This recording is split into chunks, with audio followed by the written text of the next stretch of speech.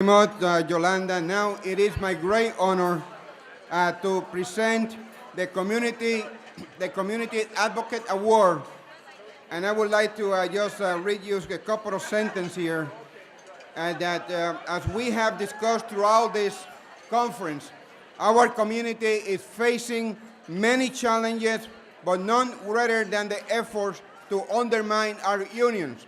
We are recognizing a union leader who has put a very clear agenda about minimum wage, paid sick leave, Medicare, child labor, 8 hours of work a day, and a guy who has managed to raise to the rank to be one of the greatest leaders of one of the biggest unions in the state of New York, my friend George Gresham. He's here. He's still here. George.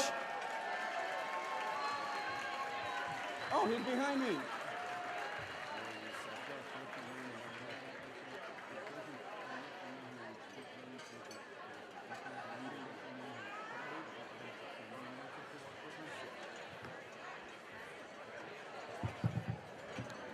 Good evening, everyone.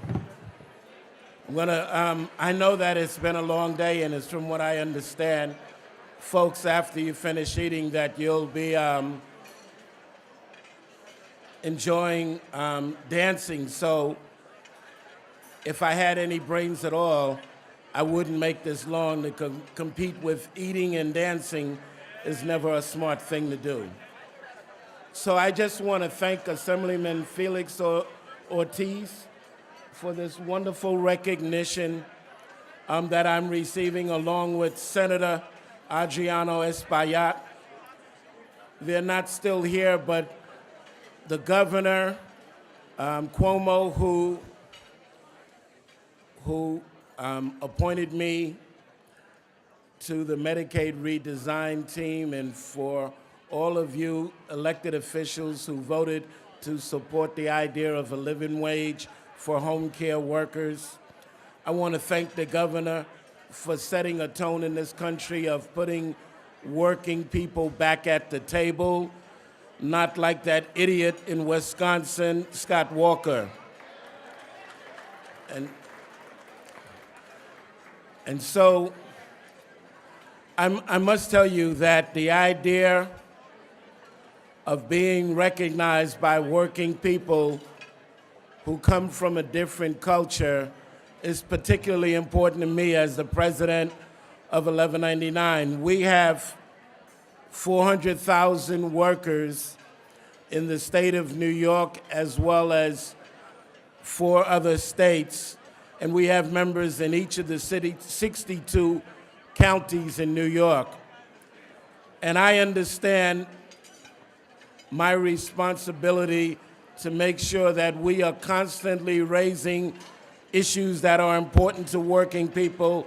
And I'll just talk about one that has been spoken about this evening, and that is the issue of comprehensive immigration reform. And I think that that is something that I know about, although I was born in the South in segregation and then moved to New York. In those days, we were not immigrants, we were migrants, but we wanted the same thing. And so my family moved from the South to an apartment in Harlem, New York, where 4 families shared an apartment in order until we were able to each get our own apartment on our own. When I moved from the South and moved to New York, my accent was so thick, even my parents, who had come up 10 years earlier, didn't understand me.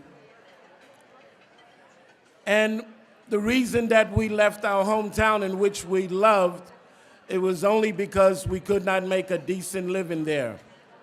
Much the same as the immigration experience here in this country. And so it is our commitment to make sure that we don't forget what is the promise of this country.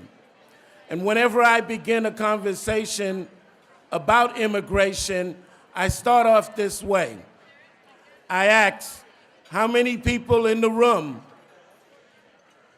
are 100% Native Americans? Please raise your hand. If there's anyone in this room that is 100% Native American, please raise your hand.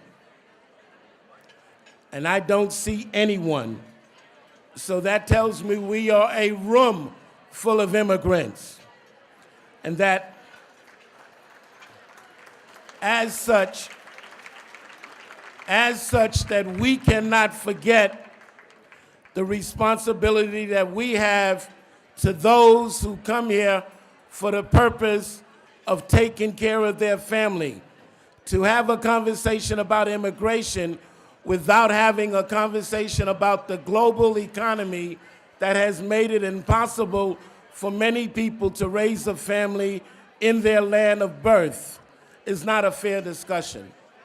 And so I'm here today to graciously accept this award on behalf of the 400,000 members of 1199 United Healthcare Workers East.